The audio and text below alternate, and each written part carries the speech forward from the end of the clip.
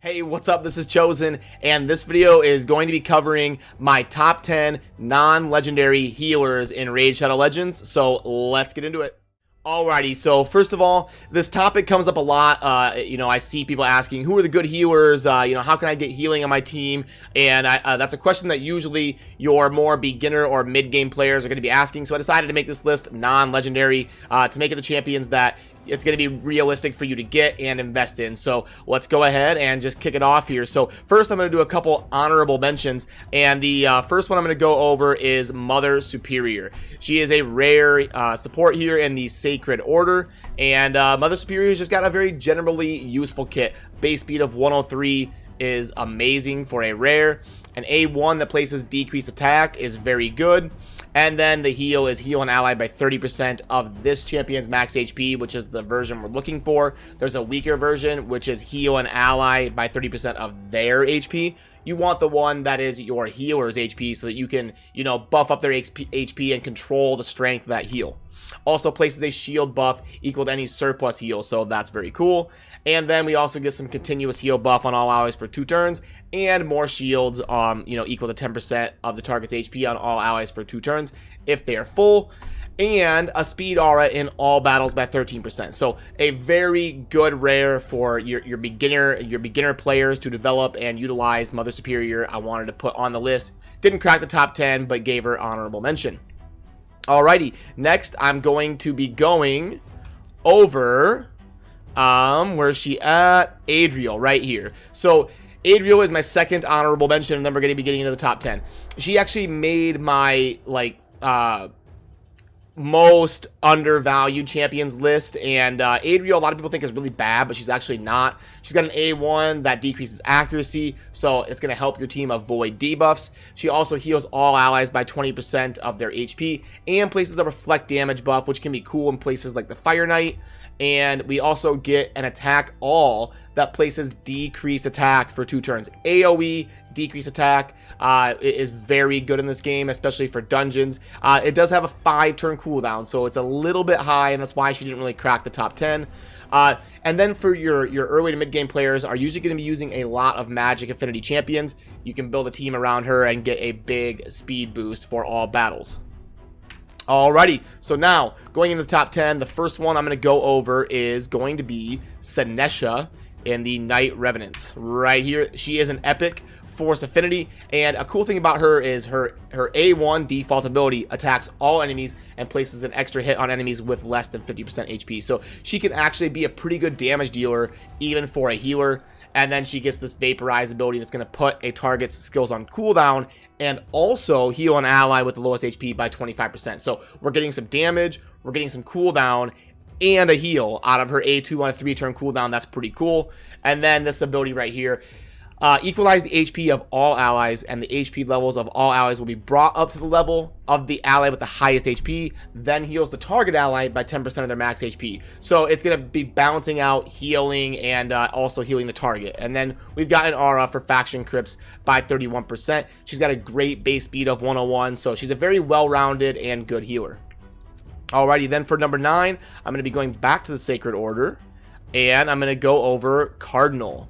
Alrighty, Cardinal, again, is a very undersold champion by the raid community. I'm not saying she's god tier, but she's pretty good. She's got an A1 that attacks one enemy and places poison for 2 turns. That's not great, it's not bad, it's decent. And then we've got heal a target ally by 30% of their max HP and place a 60% increased defense for 2 turns. That's pretty good. It's going to help keep squishies alive and heal them. And then this is why I put her on the list. Revive is very good in this game, and especially a revive coming from a void champion that's never going to be weak. So revives can be very clutch. It can save a run. You bring people up and then you continue on, and that's the boost you needed. It's also going to heal them by 25% and boost their turn meter to max. So Redemption is a very good ability, and she comes in at number 9. Alrighty, then number 8 is going to be a Dark Elf and Painkeeper right here. Alright, so base speed of 102, again, amazing for a rare. An A1 that is a multi-hit and fills the champion's turn meter by 10%. It's based off of defense and attack, which is pretty cool. An A2 that is an AoE that heals all allies by 15% of this champion's max HP based on HP and attack. So we can see that she's going to be scaling with some of our sustain abilities, which is very good in raid. And then combat tactics is very cool. We're going to be decreasing the cooldown of all ally skills by 1 turn. This is kind of a legendary effect that's on Prince Kaimar, where he resets the cooldown of all allies. This is obviously a weaker version of that, but she's a rare, so she's a lot easier to get. And again, she's void just like Cardinal, so never weak, and Painkeeper comes in at number 8.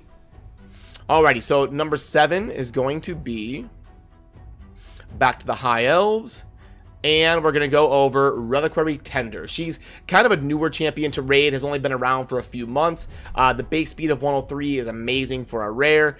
And A1, again, that places decreased attack is incredible. And then remove all debuffs from all allies. Then place a 15% continuous heal buff on them for 2 turns. We can get this to a 3-turn cooldown. So gonna be amazing for a lot of your dungeon progression. Being a rare champion, she's got a really good kit so far. And then she gets revive on top of that. That's gonna, you know, revive an ally to 30% HP, fill their turn meter by 30%, and it's every 5 turns, but it's usually pretty clutch. You don't need it super often. So a very well-rounded kit with decreased attack, heals, continuous heal, cleansing debuffs, and then, you know, a revive on top of it. So Reliquary comes in at number 7. Number 6, I'm going to be going over an epic orc who is Vrask. Now, Vrask has a lot of his utility tied up in the A1. An A1 that attacks 1 enemy and fills the champion's turn meter by 20% if this attack is critical.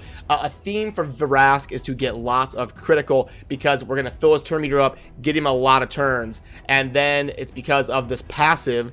It's gonna, the A1, when it crits, is gonna proc this passive to heal all allies by 10% of this champion's max HP when critical. So you stack HP, stack crit, and he's gonna be, you know, doing a lot of sustain for your team. The A1, it is what it is. It scales with HP, so it's kind of cool, but it can hit decently hard if you get him in amazing gear, but it's not what he's known for. He's known for his A1 and his passive, and then he's also got an aura that's pretty incredible, and you know, it's ally defense and dungeons by 30%. Defense is arguably the best aura in the game for everywhere but arena. Obviously arena, it's usually speed, but defense everywhere but the arena is usually the most superior aura.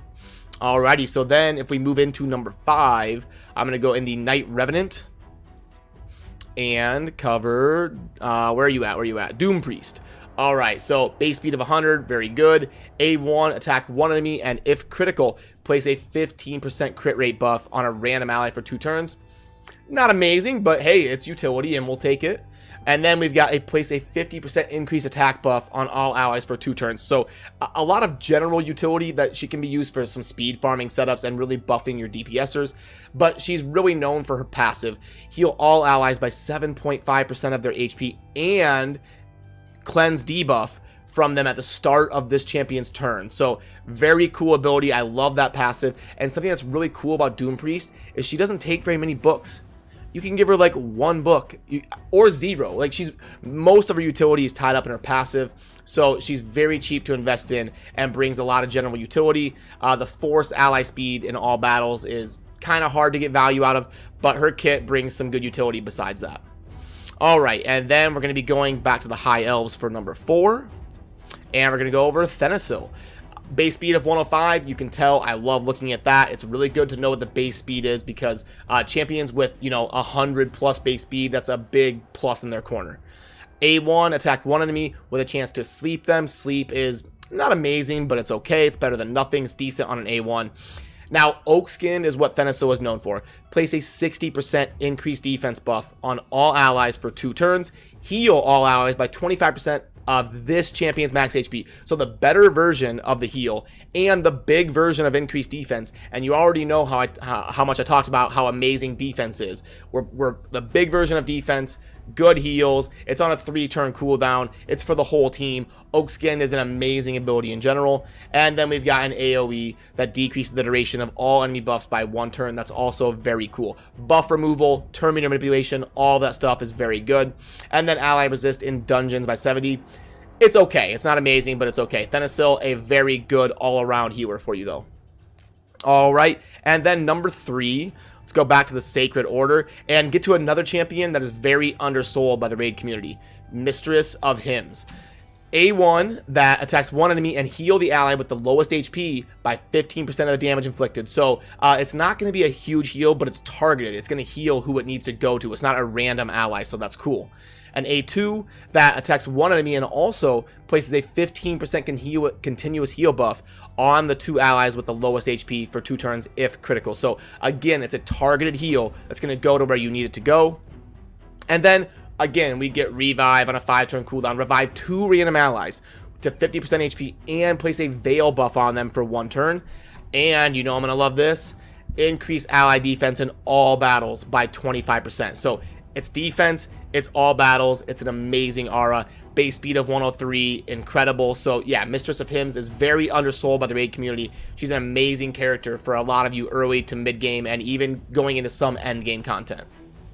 All right, and then this is a popular one. We're going to go over Apothecary. Is kind of the rare that every new player is looking for, and I'll show you why. Base speed of 106, you know I love that. The A1, attack 3 times at random. It's going to scale very well with Giant Slayer. You can use them in your clan boss squads. And then we get a massive single target heal that can be critical, and it's on a 2-turn cooldown, so very clutch. And then we've got 30% increased speed buff on your whole team, and turn meter manipulation on a 3-turn cooldown, incredible, and defense in dungeons. So Apothecary, arguably the best rare in the game. Just an amazing all-around kit for heals, support, speed, defense, triple hit A1, awesome speed, base speed, just an amazing rare champion. And then number 1, I'm going to be going into the Skinwalkers and going over Steelskull. Look at that base speed, 111. It's one of the best in the game. The A1 is a multi-hitter that places poison, incredible for the clan boss. A2, I'll remove all debuffs from a target ally and then heal them by a huge 40% on a 3-turn cooldown. We get cleanse and heal. And then, this is also amazing, place a 60% increased defense buff on all allies for 2 turns and heal all allies by 20% of their max HP. And we get increased ally defense and faction crypts by 27%. So he's amazing for faction wars and clan boss and many different areas of the game. So Steelskull, Apothecary, Mistress of Hymns, Thenasil, Doompriest, Vrask, Reliquary Tender, Painkeeper, Cardinal, Sinesha, Adriel, and Mother Superior. That is the order in reverse. So yeah, let me know down in the comments what you think, who I should have had on here, you know, who got left off, or who I put on here that maybe shouldn't have been. I always enjoy your input. And as always, thank you for watching. Have a good rest of your day. Peace.